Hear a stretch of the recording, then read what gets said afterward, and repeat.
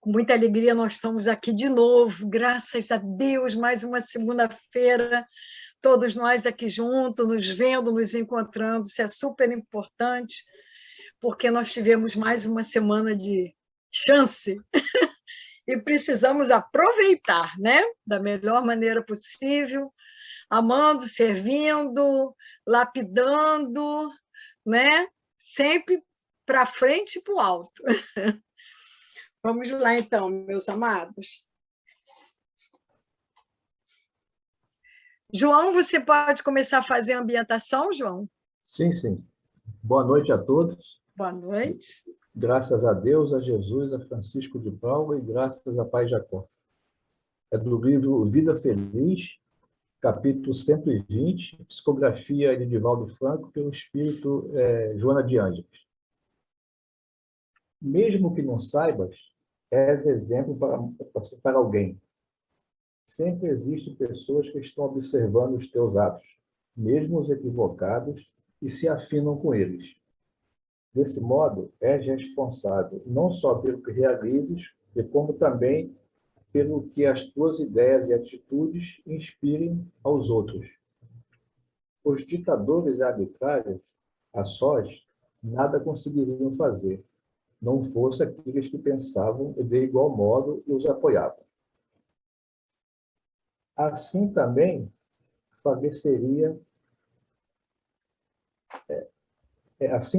a obra do bem faleceria se não houvesse pessoas que lhe vinculassem do sacrifício e amor.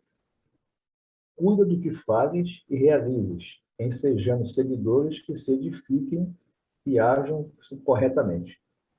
Graças a Deus, a Jesus, a Francisco de Paula e graças a Pai Jacó. Mais uma vez, todos nós sejamos bem-vindos à casa de Francisco de Paula, do Riachuelo, que é o nosso querido Francisquinho. Vamos agora fazer a nossa prece inicial, dando a saudação da nossa casa. Graças a Deus, a Jesus e a Francisco de Paula. E como nós estamos numa reunião do Francisquinho, cujo mentor é o Pai Jacó, nós queremos também dizer da nossa gratidão a esse irmão que abraçou a casa de Francisco de Paula do Riachuelo e que lá trabalha e é o mentor da casa. Então, graças também ao Pai Jacó.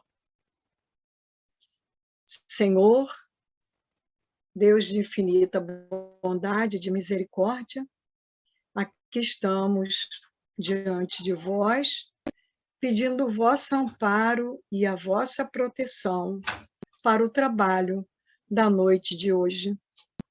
Que sejamos abençoados com a presença do Divino Mestre, Jesus, o Cristo de Deus, para que esse trabalho de amor de Francisco de Paula possa acontecer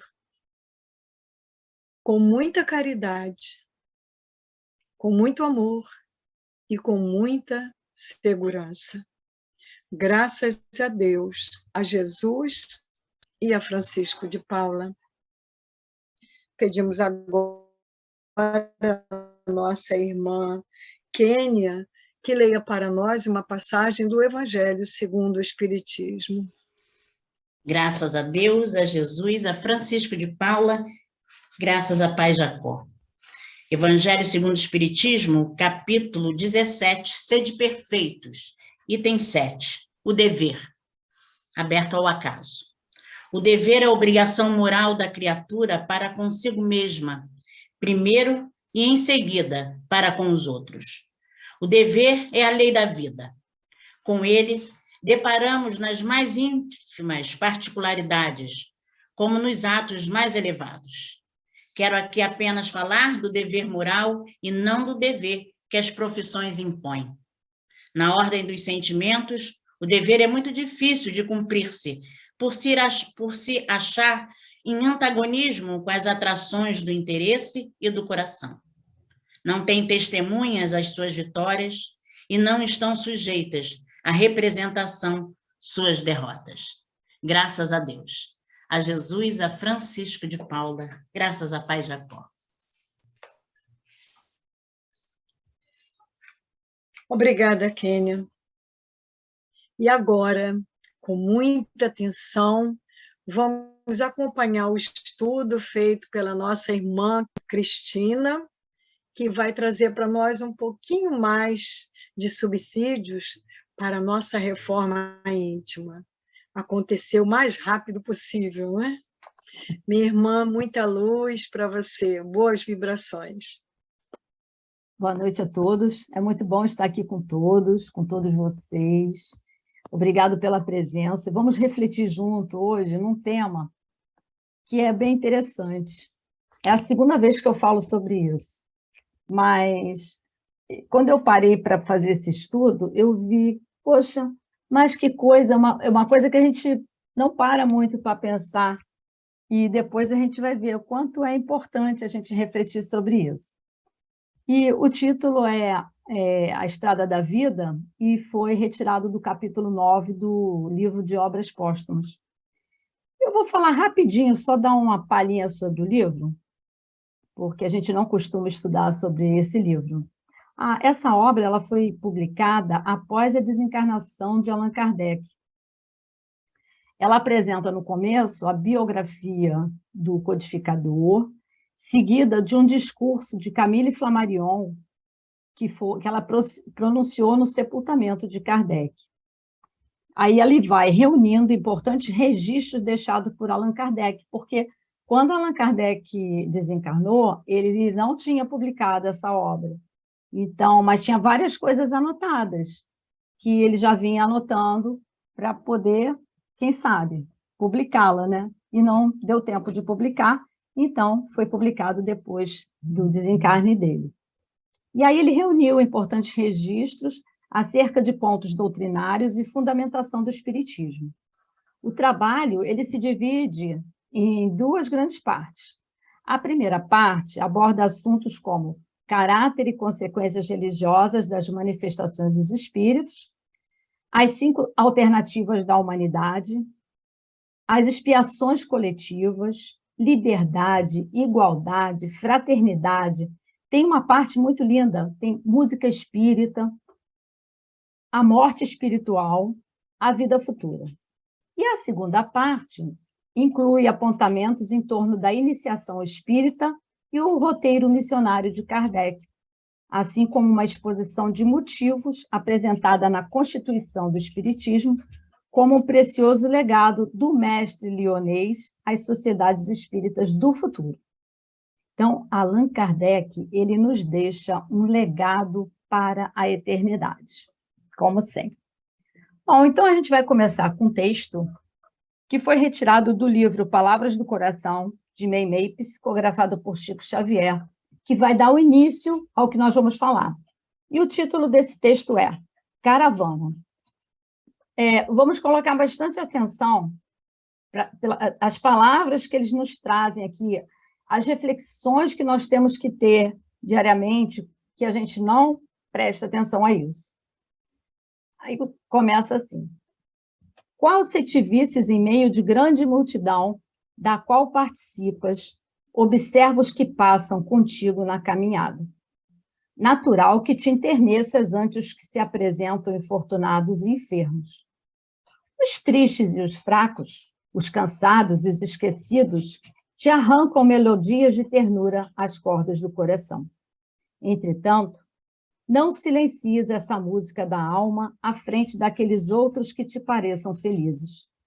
Não raro perguntas a ti mesmo por que passam tantos deles como se não enxergassem o sofrimento dos semelhantes e qual se andassem sob a hipnose do luxo e do prazer. Não te precipites, porém, no espinheiral da censura. Abençoa e serve a todos, tanto quanto puderes.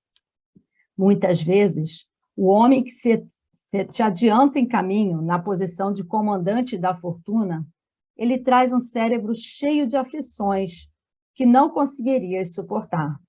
Outro, que se afigura esbanjador, quase sempre é doente, buscando a fuga de si próprio.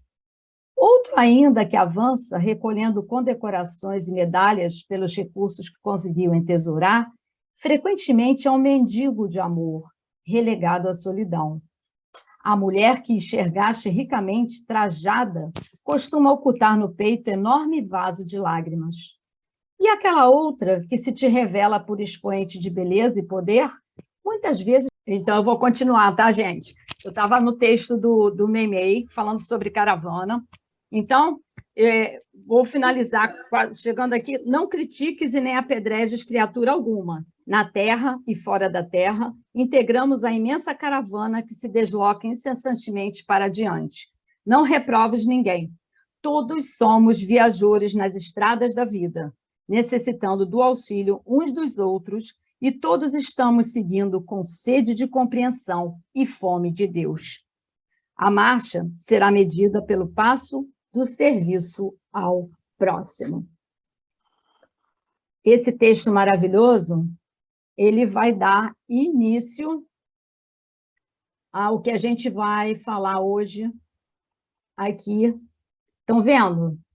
Sim. Tá legal. Então, todo mundo está vendo. Muito Sim, bem. sim. Que é a estrada da vida. Nós temos um objetivo para ele. Por que a gente vai falar disso? Né? Quais os objetivos desse tema? Identificar a estrada da vida percorrida pelo espírito imortal na Terra e na erraticidade, através da reencarnação. Kardec nos vai fazer refletir sobre a imortalidade da alma e a pluralidade das existências. Olha que interessante. Então, a questão da pluralidade das existências, ela sempre preocupou, desde muito tempo, os filósofos, e mais de um reconheceu, na anterioridade da alma, a única solução possível para os mais importantes problemas da psicologia. Sem a gente compreender a pluralidade das existências, muita coisa ficaria sem uma explicação.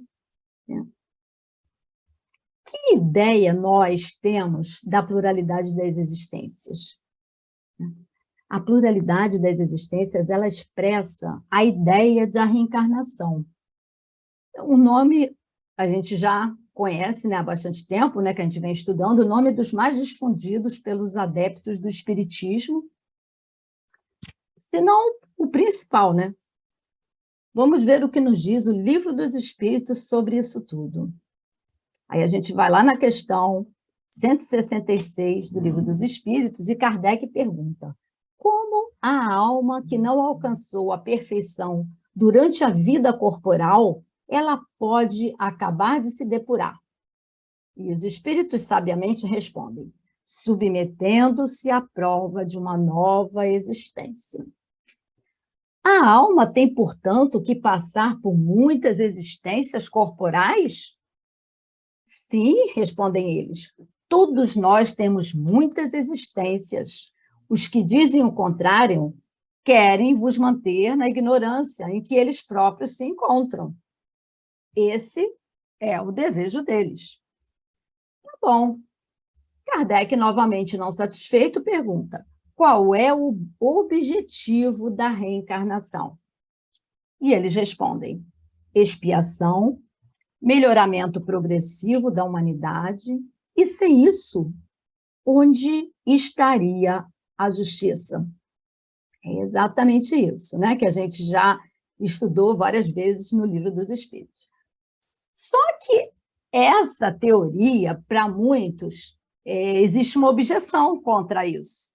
A maior objeção... Antes de eu falar dessa objeção, o que eu vou explicar para vocês? Neste capítulo de Obras Póstumas, se comenta sobre a objeção que se possa fazer sobre a pluralidade das existências. Por quê? A gente vai compreender, ao longo que eu vou descrevendo aqui nos slides, vocês vão compreender por que alguns faziam objeção sobre isso.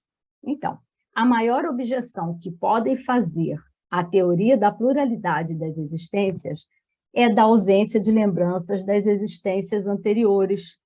Olha que interessante, né? Nós como muita gente não sabe o que aconteceu, não lembra o que aconteceu, coloca objeção em relação à pluralidade das existências.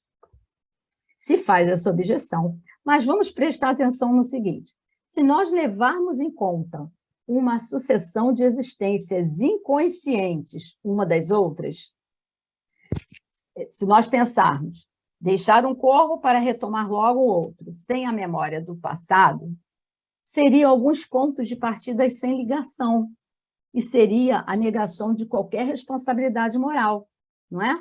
Seria completamente inadmissível uma doutrina assim que deixasse a gente no vácuo, né? Incompatível, isso aí seria incompatível com a justiça de Deus. Nós compreendemos que aqueles que fazem uma ideia dessa, uma ideia semelhante da reencarnação, e que rejeitam essa ideia, né, eles não entendem, não estudaram em relação a isso. Mas o Espiritismo nos mostra o contrário, né? Porque se nós considerarmos que não há pluralidade das existências, não há várias reencarnações, e se pensarmos que só temos uma única vida, muitas questões vão ficar sem respostas. Porque por mais que a gente estude, não encontramos respostas que justifiquem as coisas que a gente vê por aí que acontecem, né? Até, vamos supor, às vezes uma criança nasce com um problema, desde a nascença, ela fez alguma coisa para alguém, ela acabou de nascer, já tem um problema sério, né? Às vezes ela vem sem algum órgão, alguma coisa assim. Como que a gente poderia explicar alguma coisa dessa, né? Então, não existiria justificativas plausíveis para determinadas problemáticas da humanidade. Vamos ver agora, em seguida, o que Kardec vai nos falar. Sobre as existências corpóreas, ele fala o seguinte: as existências corpóreas, elas são apenas intervalos, curtas estações na existência espiritual, sendo a soma de todas as estações apenas uma parcela mínima da existência normal, como se fosse numa viagem de muitos anos e que de tempos em tempos o viajor parasse durante algumas horas. Olha que bonito que ele coloca. Achei assim, muito interessante essa questão que ele coloca. E, mais uma vez, nos esclarece: a ausência da lembrança de uma outra vida prova a sabedoria da providência, que ela assim evitou para que o homem não fosse desviado da vida real, onde ele tem deveres a cumprir. Imagina se a gente soubesse de tudo que a gente fez numa existência anterior. Das pessoas que hoje convivem conosco, que poderiam ter sido inimigos numa outra encarnação. Não é? Será que a gente iria agir da mesma forma? Que a gente ia ter o mesmo comportamento que a gente tem hoje? E aí nós perguntamos: que proveito o homem pode tirar de suas existências anteriores para a sua melhora, se ele não se lembra das faltas que ele cometeu? Vamos parar e pensar nisso. Eu não sei o que eu fiz no passado, como é que eu vou aproveitar agora e vou me melhorar? Qual é o proveito, então? Deus, ele quis nos poupar um acréscimo de sofrimentos.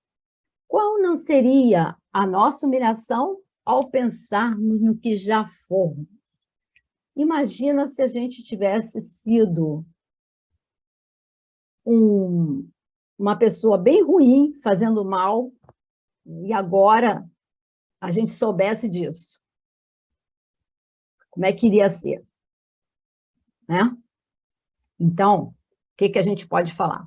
Quanto ao nosso melhoramento, as lembranças de vidas anteriores, ela seria inútil. Durante cada existência, nós damos alguns passos adiante.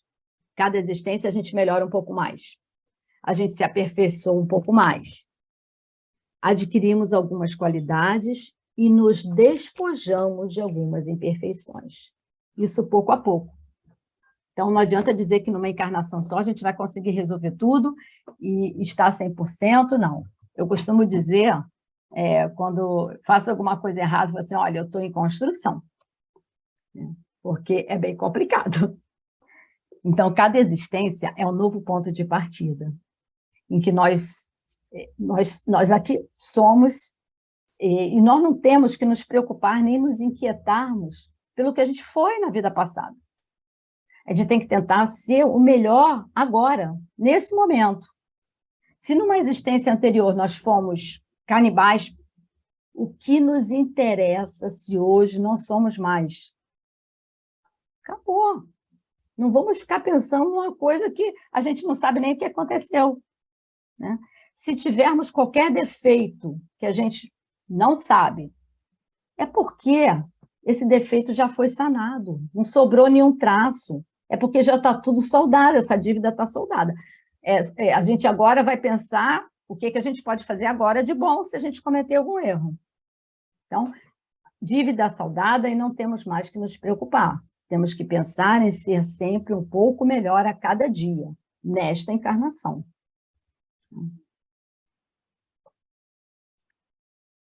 Aí tem uma pergunta interessante que está nesse livro, né? E se fosse apenas um defeito corrigido pela metade numa vida anterior? Eu tivesse feito alguma coisa, mas pela metade, e agora como é que isso vai se desenrolar? Então, quando a gente não conseguir, porque não teve a oportunidade de se corrigir desse defeito e só fizemos uma parte, o restante se encontrará na vida seguinte e é preciso, se nós nos dedicarmos ao que vem na nossa frente agora, para corrigir. Então, se eu sei que eu estou fazendo alguma coisa errada hoje, eu vou corrigir. Quem sabe se aqui, esse que eu estou passando agora, que eu vejo que está errado, não foi alguma coisa que eu trouxe de uma outra vida, de uma outra encarnação, e não consegui acertar naquela. Não é? É isso que a gente tem que parar para pensar. Vamos dar um exemplo. Um homem, ele foi assassino e ladrão. As duas coisas, hein, gente? Por isso ele foi punido. Quer que seja na vida corporal, ou na vida espiritual, seja o que for. Então, vamos lá. Ele se arrepende e se corrige da primeira tendência, isto é, de assassino. Mas ele não se corrige da segunda, que ele era ladrão. Na existência seguinte, ele será apenas ladrão. Talvez até um grande ladrão, mas não será mais um assassino. Mais um passo adiante, ele será apenas um ladrãozinho. Pequenos furtos. Um pouco mais tarde, ele não roubará mais, mas ele poderá ter o desejo de roubar, que isso ficou entranhado nele. E a sua consciência vai neutralizando isso em cada encarnação, porque ele vai se melhorando. Depois, um último esforço da parte dele, e tendo desaparecido qualquer traço da enfermidade moral que ele tinha, ele será um modelo de retidão.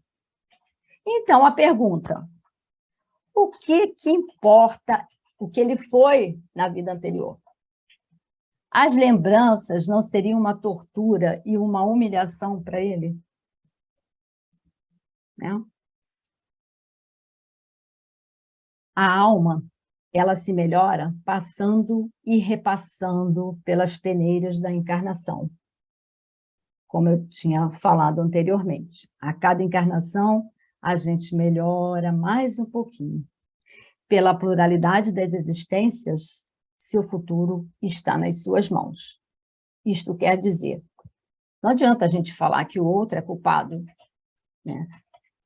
Quem é que tem que se melhorar em cada existência? Sou eu ou é o outro? Somos nós, né? Nós é que temos que fazer o melhor para nós mesmos. Tentar ser melhor a cada dia. Deixa o outro viver a vida dele. Se o homem leva muito tempo para se melhorar, ele sofre as consequências. É a suprema justiça. Mas a gente tem a nossa querida esperança. e a esperança nunca lhe será impedida. Que ela nunca deixe de existir dentro de cada um de nós. Esperança de dias melhores, esperança que eu vou poder ser um pouquinho melhor a cada dia, né? E aí a gente vai fazer uma comparação, agora nós vamos fazer uma viagem. Nós vamos viajar nessa estrada, vocês estão vendo? Dá para ver a fotinho direitinho? A comparação que nós faremos agora, ela vai nos ajudar a tornar mais compreensíveis as peripécias da vida da alma. Tá? Então, nós vamos lá, numa suposição, vamos olhar para a foto. Suponhamos uma estrada bem longa, em cuja extensão se encontram, de distância em distância, e intervalos desiguais, florestas, que a gente tem que atravessar. E a entrada de cada floresta, a gente vai encontrar uma estrada bem larga e bela. Esta estrada, ela se interrompe e vai só continuar na saída, quando você acabar de passar por ela.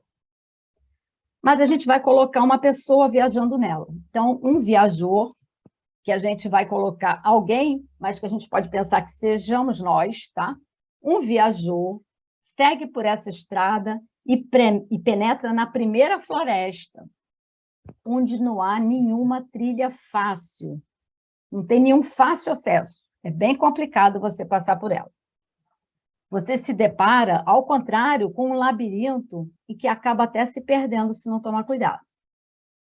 A claridade do sol desapareceu. E aí só ficou aquelas árvores em volta, em torno. Esse viajor, ele vagueia sem saber por onde ele se dirige.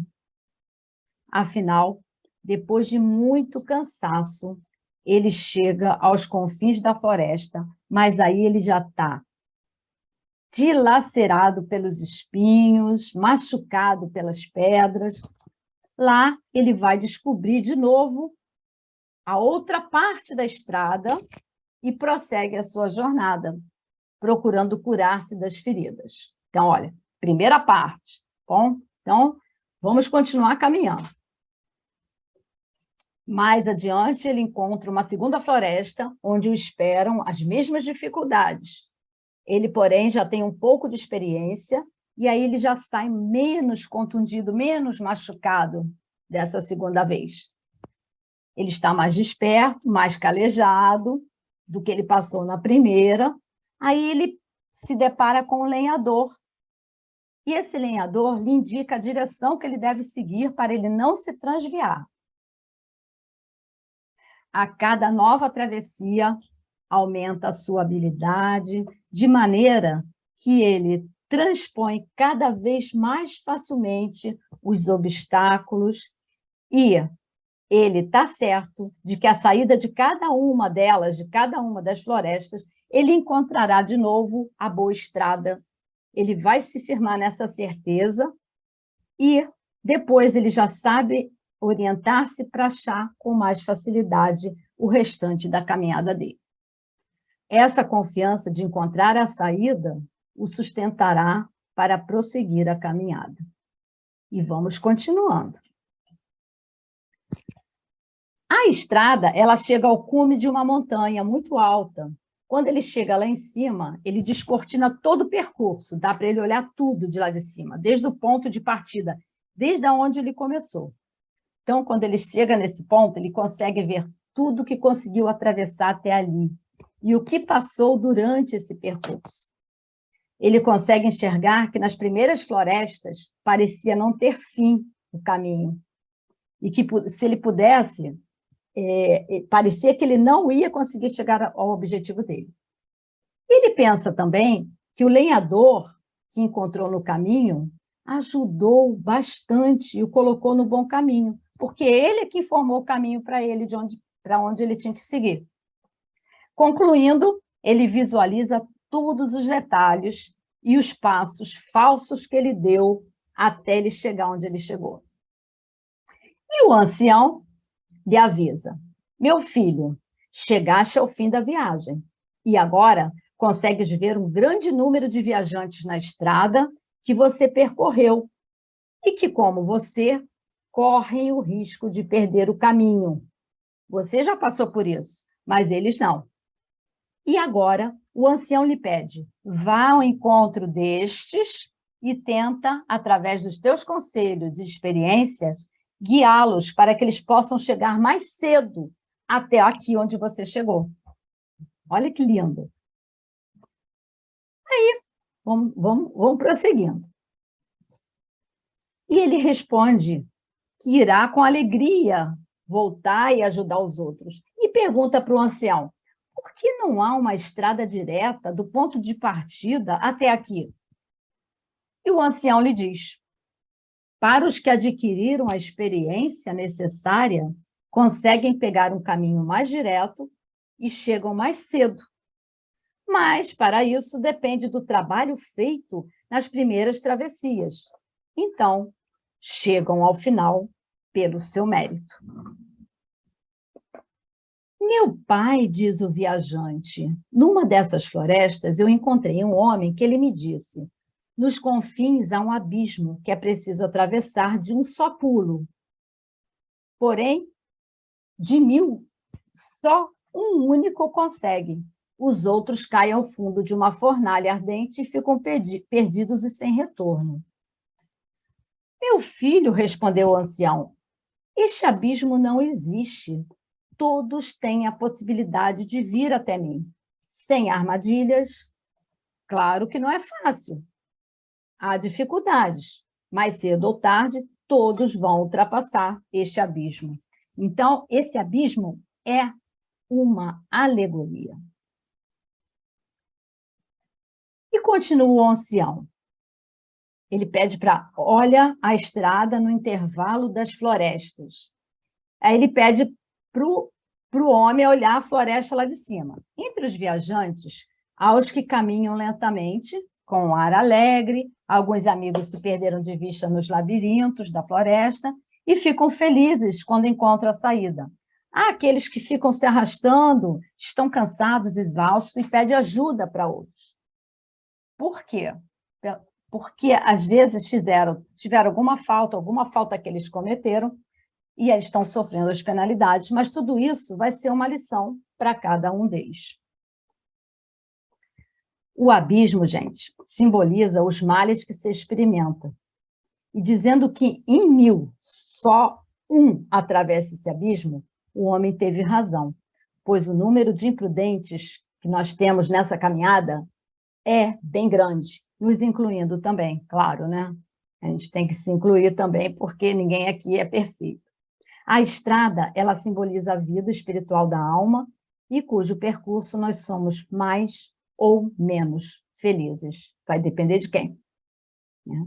As florestas são as existências corporais em que trabalhamos para o nosso adiantamento e, ao mesmo tempo, para a obra geral.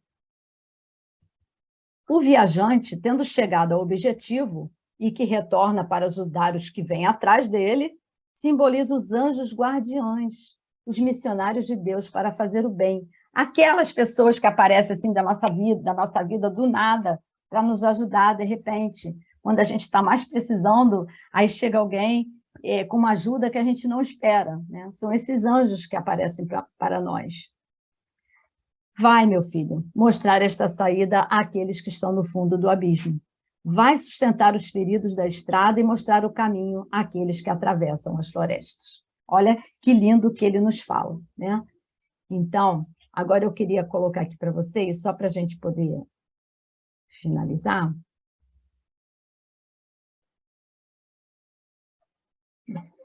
Rapidinho.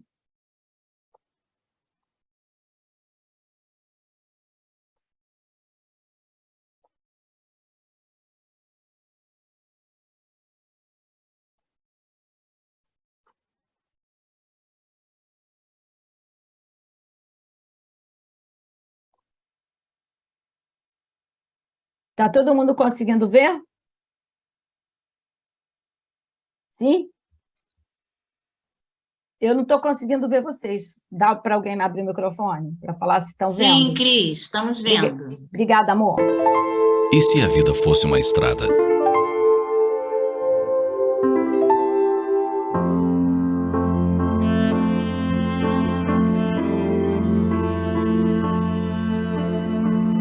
Cada um de nós caminha pela vida como se fosse um viajante que percorre uma estrada. Há os que passam pouco tempo caminhando e os que ficam por longos anos. Há os que veem margens floridas e os que somente enxergam paisagens desertas. Há os que pisam em macia grama e os que ferem os pés em pedras pontudas e espinhos. Há os que viajam em companhias amigas, assinaladas por risos e alegria. E há os que caminham com gente indiferente, egoísta e má. Há os que caminham sozinhos, inclusive crianças, e os que vão em grandes grupos. Há os que viajam com pai e mãe, e os que estão apenas com os irmãos. Há quem tenha por companhia marido ou esposa. Muitos levam filhos. Outros carregam sobrinhos, primos, tios. Alguns andam apenas com os amigos. Há quem caminhe com os olhos cheios de lágrimas, e há os que se vão sorridentes. Mas, mesmo os que riem, mais adiante poderão chorar. Nessa estrada, nunca se conheceu alguém que a percorresse inteira sem derramar uma lágrima. Pela estrada dessa nossa vida, muitos caminham com seus próprios pés. Outros são carregados por empregados ou parentes. Alguns vão em carros de luxo, outros em veículos bem simples. E há os que viajam de bicicleta ou a pé. Há gente branca, negra, amarela. Mas se olharmos a estrada bem do alto, veremos que não dá para distinguir ninguém. Todos são iguais. Há gente magra e gente gorda. Os magros podem ser assim por elegância e dieta, ou porque não têm o que comer. Alguns trazem bolsas cheias de comida.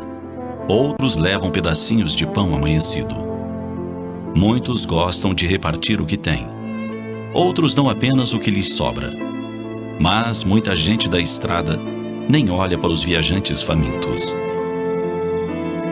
Há pessoas que percorrem a estrada, sempre vestidas de seda e cobertas de joias. Outros vestem farrapos e seguem descalços. Há crianças, velhos, jovens e casais, mas quase todos olham para lugares diferentes. Uns olham para o próprio umbigo, outros contemplam as estrelas. Alguns gostam de espiar os vizinhos para fofocar depois. Uma boa parte conta o dinheiro que leva. E há os que sonham que um dia todos da estrada serão como irmãos.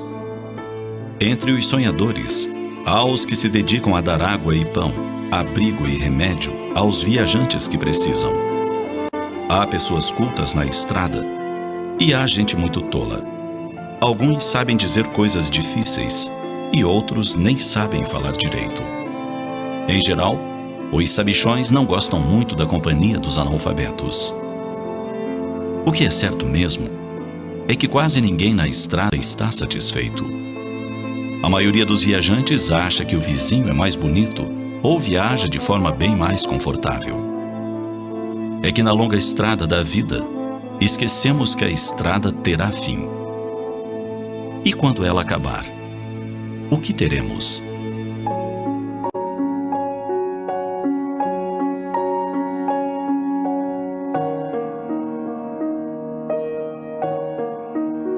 Carregaremos sim a experiência aprendida durante o tempo de estrada e estaremos muito mais sábios, porque todas as outras pessoas que vimos no caminho nos ensinaram algo. A estrada de nossa existência pode ser bela, simples, rica, tortuosa. Seja como for, ela é o melhor caminho para o nosso aprendizado. Deus nos ofereceu essa estrada porque nela se encontram as pessoas e situações mais adequadas para nós. Assim, siga pela estrada ensolarada. Procure ver mais flores. Valorize os companheiros de jornada. Reparta as provisões com quem tem fome. E, sobretudo, não deixe de caminhar feliz, com o coração em festa, agradecido a Deus por ter lhe dado a chance de percorrer esse caminho de sabedoria.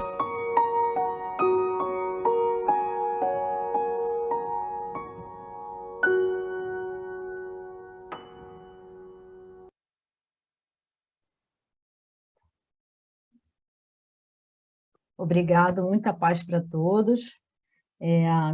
Agradeço a Francisco de Paula essa oportunidade, agradeço ao nosso querido Pai Jacó e a todos que estão aqui presentes. Assim seja. Nós é que te agradecemos, tia Cristina, né, por tanto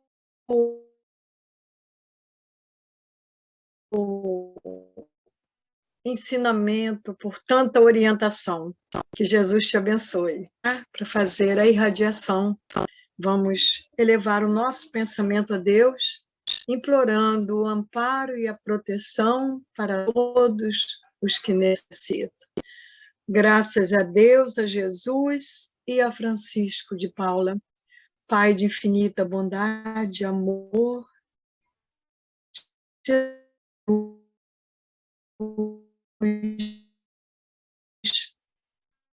amado Mestre, Francisco de Paula, patrono da nossa casa, a todos pedimos amparo e proteção para todos nós que caminhamos pelas estradas da vida, que nós possamos fazer essa caminhada com firmeza, não apenas olhando para a frente, mas olhando também para aqueles que estão ao nosso lado, necessitando da nossa compreensão, do nosso entendimento, da nossa aceitação. Que nós possamos também olhar para aqueles que vêm atrás de nós, dividindo com eles o que nós já temos. Que nós vejamos sempre o nosso irmão de caminhada como um companheiro, como um amigo. E também possamos entender que à nossa frente existem muitos irmãos que querem também nos ajudar.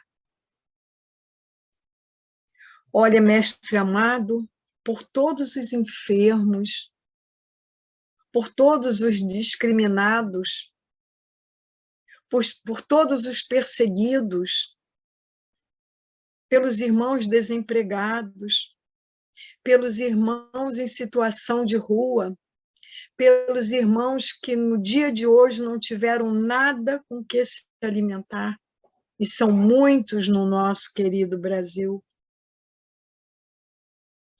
Olhai, Senhor, pela nossa casa de Francisco de Paula, a da Tijuca, a do Riachuelo, e também pelo nosso lar de Francisco. Abençoa todos os nossos vovôs e vovós, os trabalhadores de lá. Abençoa os médios que trabalham na casa de Francisco, bem como os funcionários, os voluntários. Abençoa aqueles que estão se preparando nos estudos para servirem a casa de Francisco de Paula. Enfim, Senhor, a estrada é longa e somos muitos a caminhar, mas confiamos na vossa bondade, na vossa misericórdia. Graças a Deus, a Jesus e a Francisco de Paula. Pedimos agora ao nosso irmão Mário para fazer a prece pelos nossos irmãos desencarnados. Graças a Deus, a Jesus, a Francisco de Paula. Pai amado, Jesus, nosso mestre maior, Francisco de Paula, patrão de nossa casa, Pai Jacó, mentor de nossa sessão, e todos os trabalhadores da Seara de Francisco. Estamos aqui, meus irmãos, para pedir por todos os irmãos que já se encontram na verdadeira vida, a pátria espiritual. Vamos pedir pelos nossos entes queridos, nossos parentes, nossos amigos que já partiram, que temos muitas saudades deles. Vamos pedir pela sua proteção no plano espiritual, que eles sejam protegidos e amparados. Vamos pedir pelos nossos irmãos médios da nossa casa, que foram para a parte espiritual devido a essa doença, como também de outras doenças. Que eles também sejam protegidos e amparados. Vamos pedir pelos nossos desafetos e pedir por todos que partiram em desastres ambientais, nas guerras, para que todos eles possam ser abençoados, protegidos e que encontrem a paz no mundo espiritual. Muito obrigado, meu Pai. Graças a Deus, a Jesus e a Francisco de Paula. Obrigada, meu irmão. Agora chegou o nosso momento de sermos gratos por tudo que recebemos, e quem vai fazer a prece de agradecimento é a nossa irmã Rosane. Graças a Deus, a Jesus, a Francisca de Paula, mestre, amigo, agradecemos, Senhor, por estarmos aqui reunidos nesta noite fraterna. Agradecemos aos nossos mentores individuais, ao amoroso Pai Jacó, que nos reúne.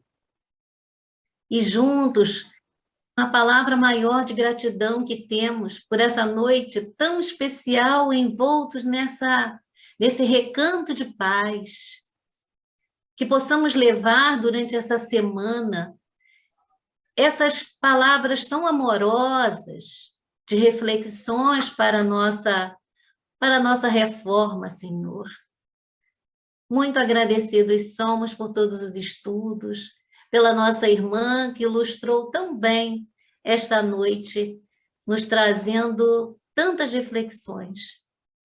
Pedimos também a bênção para cada um dos participantes e que possamos, na próxima segunda-feira, estarmos juntos, mais uma vez, às 20 horas, para mais essa oportunidade bendita de nos reunirmos, em nome de Jesus, agradecendo ao Pai Jacó, com a graça de Deus, de Jesus e de Francisco de Paula.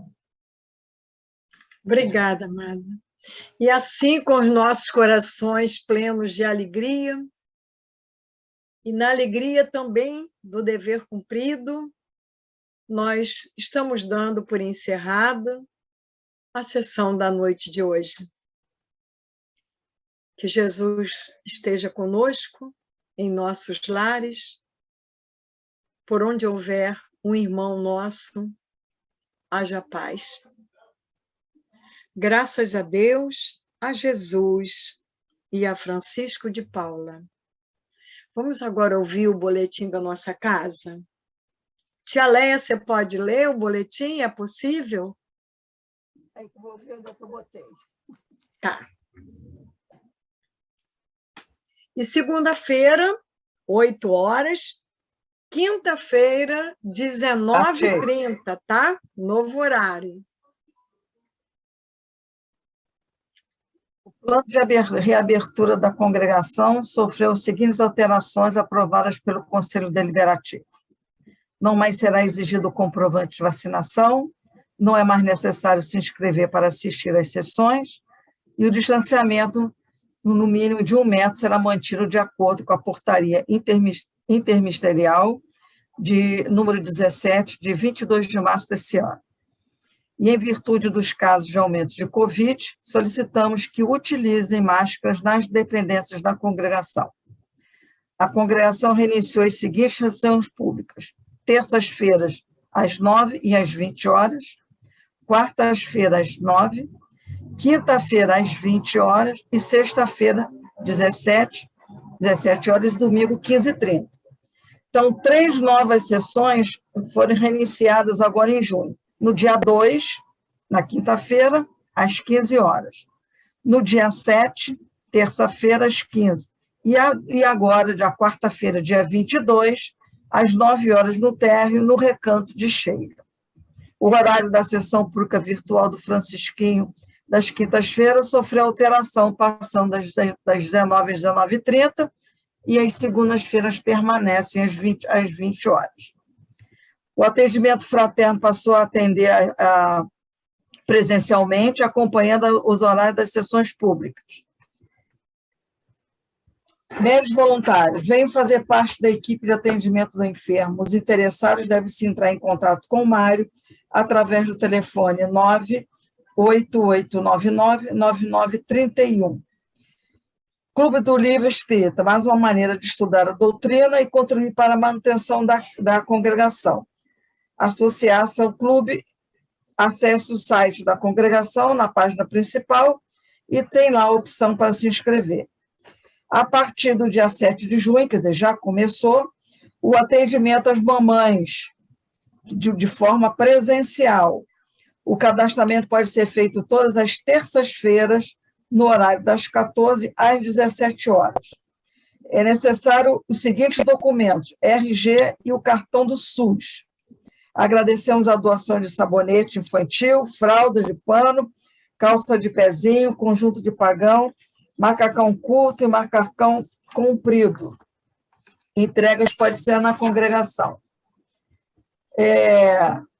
A campanha do Inverno Solidário, doando cobertor para as crianças da invalidação e os assistidos. Essas doações podem ser feitas através de um depósito nas contas da congregação, enviando o comprovante pelo WhatsApp 971339513, ou, se preferir, pode comprar e levar esses cobertores na congregação. Para compor também as cestas básicas, que são entregues mensalmente a essas crianças assistidas, essas doações também podem ser feitas de duas formas: depósito de qualquer valor nas contas da congregação, enviando comprovantes para o WhatsApp 997866525, ou, se preferir, levar os alimentos diretamente da congregação. Precisamos de feijão, arroz, café e leite em pó. E o nosso Lar de Francisco, os nossos idosos necessitam de terapeuta ocupacional. E agradecemos sempre a doação de gaze, algodão, atadura, pomada Dersane, fraldas geriátricas do tamanho G, EG e XG, preferencialmente da Big Frau, e de luvas de lácteos tamanho MG, roupa íntima G e EG, feminina e masculina, e esparadrapo de micropore. Esses pedidos, essas doações podem ser entregas na congregação ou diretamente no Lar de Francisco, na Rua Figueira Lima 99, no Riachuelo, no horário de 10 até as 16 horas. Obrigada, tia Leia. Gratidão e beijinho no coração de cada um. Que Jesus esteja com todos.